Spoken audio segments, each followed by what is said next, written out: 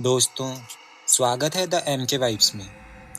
आज की कहानी कोई चुड़ैल, कोई परछाई या कोई गांव की अफवाह नहीं है। ये एक सरकारी रिपोर्ट में दर्ज घटना है, जहां मरने वाली चीजें भी सड़क नहीं छोड़ती। वीडियो शुरू करने से पहले, अगर आपका दिल तेजी से धड़कता है और आपको सच्ची घटनाएं सुनने का शौक है, तो चैनल को सब्सक्राइब कर लो, क्योंकि आगे जो सुनने वाले हो, वो शायद आपकी नींद पर असर डाले। मेरा नाम रुपेश है। मल्हार घाट मेरा रोज का रास्ता था। मैं पंचायत कार्यालय में काम करता था और घर वापस आने के लिए मुझे एक घुमावदार पहाड़ी सड़क से गुजरना पड़ता था। रात को वो सड़क अजीब लगती थी। पेड़ ऐसे झुके रहते मानो सड़क को निगल रहे हो। मेरे घर वाले कई बार कहते, रात को उस रास्ते से मत आया करो, वहाँ दुर्घटनाएं बहुत होती है। मगर नौकरी ऐसी थी कि देर रात लौटना पड़ता था। उस शाम भी दफ्तर का काम देर तक चला। जब मैं बाहर निकला तो घड़ी में 11:17 दिखाया। ठंडी हवा चल रही थी और आसमान पर सिर्फ एक हल्की सी चांद की धार थी। मैंने बाइक स्टार्ट की और घाट की तरफ चल पड़ा। पहले 2 मोड़ बिल्कुल शांत थे, बस हवा की आवाज़ और मेरी बाइक का हल्का कंपन। लेकिन तीसरे मोड़ पर पहुंचते ही कुछ ऐसा हुआ जिसने आने वाले सालों तक मेरा पीछा नहीं छोड़ा। मेरी बाइक की हेडलाइट अचानक झपकी। पहाड़ी का वो हिस्सा बिल्कुल अंधेरे में डूब गया, जैसे किसी ने चांद को धीरे से ढक दिया हो। मैं धीरे हुआ ही था कि सड़क के किनारे एक महिला दिखी। सफ़ेद साड़ी, लंबे बाल और चेहरा बिल्कुल नीचे झुका हुआ। पहली बार में लगा कोई मदद मांगने के लिए खड़ी है। मैं रुका और पूछा, माता जी, यहाँ क्या कर रही है? घर कहाँ है आपका? उसने सिर बहुत धीरे उठाया, इतना धीरे कि मेरी रीढ़ में बर्फ की सुई चुभ गई। उसके चेहरे पर नाक नहीं थी, होंठ नहीं थे, बस एक सपाट परत, जैसे किसी ने मिट्टी लगाकर उसे छिपा दिया हो। मेरे हाथ कांप गए।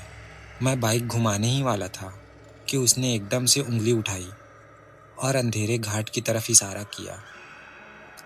मत जा, वहां से कोई लौट कर नहीं आता। उसकी आवाज़ इंसानों जैसी नहीं थी, सूखी पत्तियों की रगड़ जैसी थी। मैंने किक मारी और तेजी से निकल गया, पर रास्ता जैसे बढ़ नहीं रहा था। तीसरा मोड़, बार बार तीसरा मोड़ ही आ रहा था, जैसे सड़क घूमकर मुझे फिर उसी जगह खड़ा कर देती हो। मेरी सांसें चल रही थी, पर मेरी दुनिया रुक चुकी थी। एक समय तो मुझे ऐसा लगा बाइक स्लो हो रही है। मैंने स्पीडोमीटर देखा, सुई शून्य के पास थी, लेकिन बाइक चल रही थी। और फिर पीछे से वही महिला की आवाज़, मैंने कहा था कोई लौट कर नहीं जाता। मैंने पीछे देखा, वो सड़क के बीचों बीच खड़ी थी। इस बार उसका चेहरा और भी सपाट, मानो चेहरे के अंदर कोई चीज़ चल रही हो। हल्की हल्की हरकतें, जैसे कीड़े। मैं चिल्लाया नहीं, डर कभी कभी आवाज़ खा जाता है। अचानक सड़क के किनारे लगी रेलिंग टूटी हुई दिखी। ऐसे टूटना आम बात नहीं थी, मानो कोई भारी चीज़ नीचे गिराई गई हो। मैंने मोबाइल की फ्लैश जलाकर नीचे देखा। वहाँ एक कार उल्टी पड़ी थी, बहुत पुरानी, धूल से भरी और हॉर्न बटन जैसे अटका हुआ था। अंधेरे में बहुत हल्की, लगातार बीप बीप बीप।